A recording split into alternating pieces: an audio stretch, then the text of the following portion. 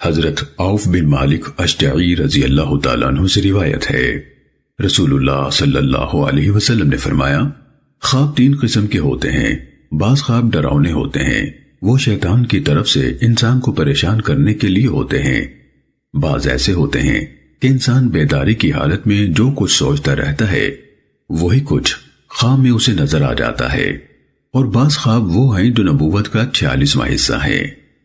حضرت مسلم بن مشکم رحمہ اللہ نے کہا کہ آپ نے یہ بات رسول اللہ صلی اللہ علیہ وسلم سے براہ راست سنی ہے۔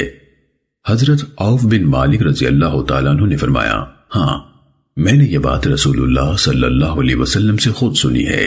ہاں میں نے یہ بات رسول اللہ صلی اللہ علیہ وسلم سے خود سنی ہے۔ سنن ابن ماجہ حدیث نمبر 3907۔ حضرت جابر بن عبداللہ رضی اللہ تعالیٰ عنہما سے روایت ہے، رسول اللہ صلی اللہ علیہ وسلم نے فرمایا، جب کسی کو ایسا خواب آئے جو اسے برا لگے تو اسے چاہیے کہ بائیں طرف 3 بار تھوک دے اور 3 بار شیطان سے اللہ کی پناہ مانگے، اور جس پہلو پر لیٹا ہوا ہو اسے بدل دے، یعنی دوسرے پہلو پر لیٹ کر سو جائے۔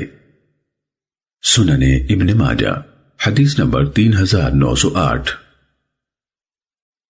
حضرت ابو قتادہ رضی اللہ تعالیٰ عنہ سے روایت ہے، رسول اللہ صلی اللہ علیہ وسلم نے فرمایا، اچھا خواب اللہ کی طرف سے ہوتا ہے اور برا خواب شیطان کی طرف سے، لہٰذا اگر کسی کو خواب میں ایسی چیز نظر آئے جو اسے ناگوار ہو تو اسے چاہیے کہ 3 بار بائیں طرف تھوک دے اور شیطان مردود سے 3 بار اللہ کی پناہ مانگے، اور جس پہلو پر لیٹا ہوا ہو اسے بدل دے۔